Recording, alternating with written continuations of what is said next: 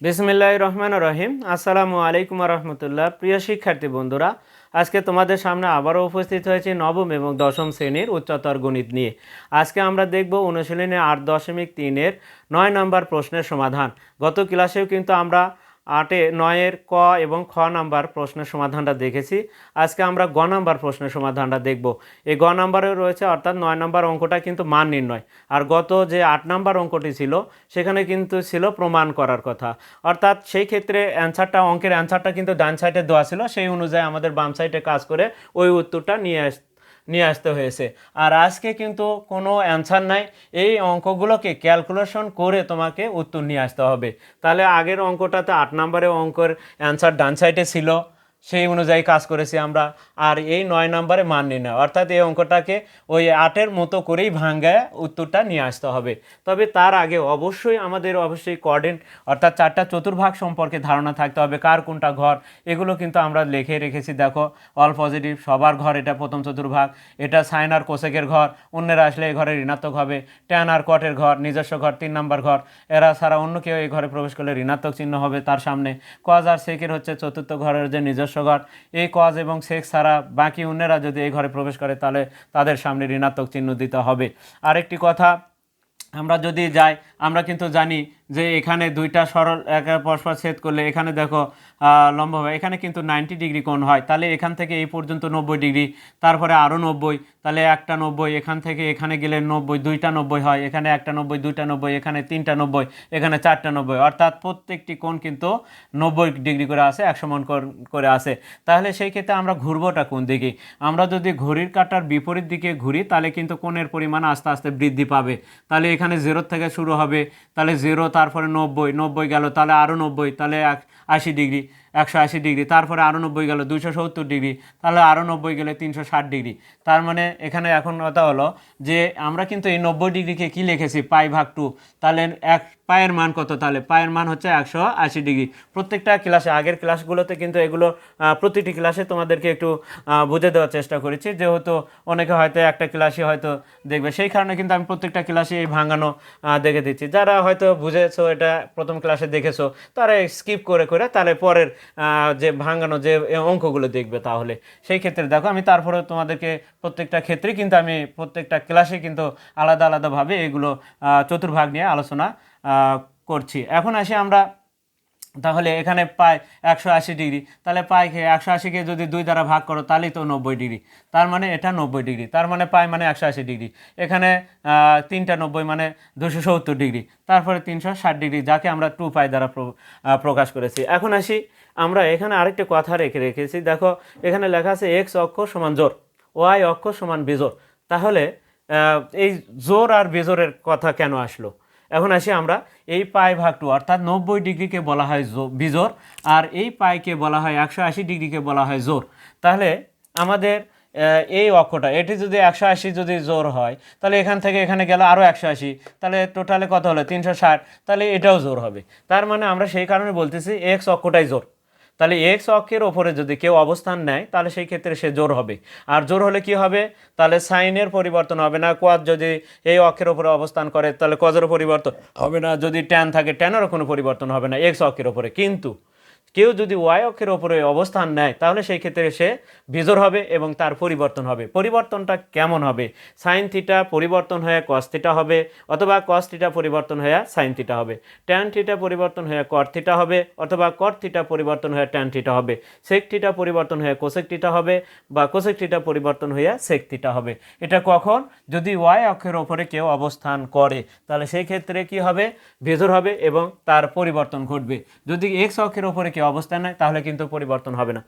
প্রিয় শিক্ষার্থীরা, এখানে একটা জিনিস আমরা কিন্তু একটা কথা বলেছি যে সব সময় আমাদের দেখব আসলে এই কোণগুলোকে কাটাকাটি করা যায় কিনা, এটা আগে তোমাদের দেখে নিতে হবে। যদি কোনোটা কাটাকাটি করা যায় তাহলে সেটাকে আগে কাটাকাটি করে নিব। এখানে কিন্তু আসলে কোনোটায় সাথে আমরা দেখেছি 5 আর 4, এখানে কিন্তু কাটাকাটি হবে না, কোনোটাতে কাটাকাটি হবে না। আরেকটা জিনিস যে আমরা কিন্তু একটা কথা বলেছি, সাইন যদি তার দ্বিতীয় ঘর ব্যতীত এবং প্রথম ঘরে দুইটা ঘর, প্রত্যেকটা ত্রিকোণমিতিক অনুপাতের জন্য নিজস্ব দুইটা ঘর রয়েছে। একটা হচ্ছে প্রথম আর তার নিজস্ব ঘর। প্রথম ঘর সবার ঘর। এখন এই ঘর ব্যতীত অন্য ঘরে প্রবেশ করলে কিন্তু তার সামনে কি চিহ্ন আসে? ঋণাত্মক চিহ্ন আসে। কিন্তু এই অঙ্কগুলোতে আবার স্কোয়ার আছে। তাহলে যদি স্কোয়ার থাকে, যেমন ধরো কারো উপর স্কোয়ার যদি থাকে, আমি যদি এটাকে ভাঙ্গাই, যেমন পাই ভাগ 4 লিখলাম, এখানে আছে, তাহলে এখানে পাই লিখলি কিন্তু 4 পাই। আমরা কিন্তু একটা কথা বলেছি, এখানে পাই লেখে মানে 4, 4-এর ঘর নামাতে 4 একে 4, 4 পাই। 4 পাই থেকে কত আছে, তাহলে বিয়োগ করলে কিন্তু 1 পাই, এখানে 1 পাই, তাহলে 4 পাই বিয়োগ 1 পাই, তাহলে কত হয় 3 পাই। তাহলে এখানে যে আমরা দেখাচ্ছি যে আসলে ঋণাত্মক হয় কি না, বা ঋণাত্মক যদি হতো তাহলে সেই ক্ষেত্রে কিন্তু আমাদের কি হবে না, যদি এখানে সামনে যদি কোনো সময় দেখো মাইনাস আসেও, যে সামনে যদি সাইনের সামনে যদি মাইনাস আসেও, যেহেতু স্কোয়ার আছে, এই স্কোয়ারটা এই মাইনাসকে কি করে দেবে, প্লাস করে দেবে। এই কারণে কিন্তু যদি কারো কোনো অঙ্কে এই সাইন বলো, কস বলো, ট্যান বলো, প্রত্যেকের উপর যদি স্কোয়ার থাকে, তাহলে সেই ক্ষেত্রে তোমার ঋণাত্মক চিহ্ন হবে কিনা ওটা আর তোমার টেনশন নেই, ওটা যে ঘরে প্রবেশ করুক ধনাত্মক হবেই। তাহলে কারণ স্কোয়ার থাকলে সেটা আবার ঋণাত্মক থাকে না, ওটা ধনাত্মক হয়ে যায়। এখন এখানে আরেকটা জিনিস আমরা যে ভাঙাবো, এখানে কিন্তু যদি পায়ের নিচে যদি 4 থাকে, পায়ের নিচে যদি 3 থাকে, পায়ের নিচে যদি 6 থাকে, পায়ের নিচে যদি 2 থাকে, তাহলে সেই ক্ষেত্রে বক্সের ভেতরে প্রত্যেকটির মান কিন্তু আমাদের ওই বক্সের ভেতরে আছে। সাইন 0 ডিগ্রির মান 0 ডিগ্রির মান, সাইন 0 ডিগ্রির মান কি 0 ডিগ্রির মান 0, এরকমভাবে 30 ডিগ্রির মান হাফ, এগুলো বক্সের ভেতর কিন্তু আছে। তো এই আকারে যদি থাকে তাহলে কোনো নির্দিষ্টভাবে ভাঙানোর দরকার নেই, তোমার ইচ্ছা মতো প্রত্যেকটাকে ভাঙাবা, কোনো আর সমস্যা নেই। তাহলে সেই ক্ষেত্রে আমাদের দেখতে হবে পায়ের নিচে 4 আছে, 2 আছে না, 3 আছে না, 6 আছে। এই 3, 4, 6 যদি থাকে তাহলে সেই ক্ষেত্রে আমাদের ইচ্ছা মতো ভাঙাবো। আর যদি ওই যে পাই ভাগ 20 একটু আগে এর আগের অঙ্কটায় খ নাম্বারে ছিল, সেগুলোতে কিন্তু আমরা ইচ্ছা মতো ভাঙাতে পারিনি, তখন আমাদের পরিবর্তন করতে হয়েছে, বিভিন্ন কাজ আমাদের হিসাব নিকাশ করে তারপরে ভাঙাতে হয়েছে। তো যাই হোক, এখন আমরা তাহলে এটাকে, এখন আরেকটা কথা বলেছি, যদি 1 পাই ভাগ কোনো কিছু থাকে তাকে আমরা ভাঙাবো না, তাহলে ভাঙাবো কোনটাকে, এটা এটা এটা, এই তিনটাকে ভাঙাতে হবে, এটাকে ভাঙানোর দরকার নেই। তাহলে এটা যা আছে তাই, এটার মান কিন্তু আছে, পাই ভাগ 4 মানে কি, পাই ভাগ 4 মানে 45 ডিগ্রি, সাইন 45 ডিগ্রি মান 1/√2, এটা বসে দিতে পারবো কত, এটা ঠিক থাকবে, এটা ভাঙানোর দরকার নাই, প্লাস। এবার স্কোয়ারটা বাইরে চলে যায়, যদি কাউকে ভাঙাও তাহলে সেই ক্ষেত্রে সেকেন্ড ব্র্যাকেট দিয়ে ভাঙাতে হবে, এবং সেকেন্ড ব্র্যাকেটের বাইরে স্কোয়ার চলে যাবে। এখন আসি, পায়ের নিচে কত লিখবা, 4 লিখবা, লিখলাম পায়ের নিচে 4। এখন আমাদের কত, এখানে পাইও যদি লেখো 4-কে 4, তাহলে 4, আমরা কিন্তু বলে দিয়েছি 4-এর যেটা হরে থাকবে সেটার নামতা পড়বো, 4-কে 4 আছে কত আমাদের 3, তাহলে 4 হলো, এখানে 4 হলো কিন্তু আছে 3, তাহলে বেশি লিখছি, তাহলে বিয়োগ দিতে হবে, বিয়োগ 1 পাই, হয়ে গেছে এটা ভাঙানো। পরেরটা প্লাস দিলাম, এবার এটাকে আমরা ভাঙাবো, তাহলে আবার সেকেন্ড ব্র্যাকেট সাইন লিখবো, লিখে ব্র্যাকেট দিব, দেওয়ার পরে এখানে পাই ভাগ 4 লিখবো, লেখার পরে এখানে পাই লিখলি 4 পাই, এখানে কত এবার 5 লিখছি, 4 তাহলে কম লিখছি, তাহলে এবার যোগ দিলি কিন্তু আমাদের 5 মিল হয়ে যাবে, ব্র্যাকেটের বাইরে স্কোয়ার দিলাম। এবার সর্বশেষ যেটা আছে সেটাকে আমরা ভাঙাবো, এবার প্লাস দিলাম, সাইন, আমরা কিন্তু আগে বলেছি সেকেন্ড ব্র্যাকেট দিব, তারপরে সাইন লিখবো, লেখার পরে পাই ভাগ, এবার 4-এর ঘরের নামতান পড়বো আমরা, এবার 7-এর 4 দুকানো, তাহলে 2 পাই, 8-এর কাছাকাছি, তাহলে 4 দুগুণ 8 পাই, তাহলে 8-এর থেকে কী করতে হবে, বেশি লিখছো তাহলে বিয়োগ দিতে হবে, তাহলে সেকেন্ড ব্র্যাকেটের বাইরে স্কোয়ার। এখন আসি, তাহলে প্রথমটা কিন্তু ভাঙাই নাই, তাহলে সাইন ও স্কোয়ারটা বাদ পড়ছে, সাইন স্কোয়ার পাই ভাগ 4, এটার মান আছে, আমরা পরে বসে দিচ্ছি, একসাথে বসে দিব আমরা মানগুলো। এখন আসি, এখানে কিন্তু দেখতে হবে পাইটা জোর না বিজোর। দেখো পাইটা কিন্তু আসলে ও এক্স অক্ষের উপরে, এক্স অক্ষটাই মানে জোর, আর জোর হলে সাইন সাইনই থাকবে, কোনো পরিবর্তন হবে না। তাহলে সাইন স্কোয়ার কি লিখবো, পাই ভাগ 4, আমাদের কোনো কিছু লেখা লাগবে না, এখানে যা আছে তাই, সাইন স্কোয়ার পাই ভাগ 4, এখানে চিহ্ন কিন্তু দেখার প্রয়োজন নাই, কারণ ধনাত্মকই হবে, কারণ স্কোয়ার করলে এখানে যদি মাইনাসও আসে, পায়ের থেকে মাইনাস করলে, দেখো পায়ের থেকে মাইনাস করলে কিন্তু তার নিজস্ব ঘরে সাইনের ঘরে যায়, এই কারণে কিন্তু কি ধনাত্মকই হবে। তাহলে আর দেখাই লাগিচ্ছে না, তাহলে এটার ক্ষেত্রে ধনাত্মকই হবে, আমরা দেখে নিলাম নিজের ঘরে প্রবেশ করে, সাইন স্কোয়ার পাই ভাগ 4, আমাদের লিখতে হয় কোনটা, এটা, আর ডান সাইডে যেটা থাকে সেটা।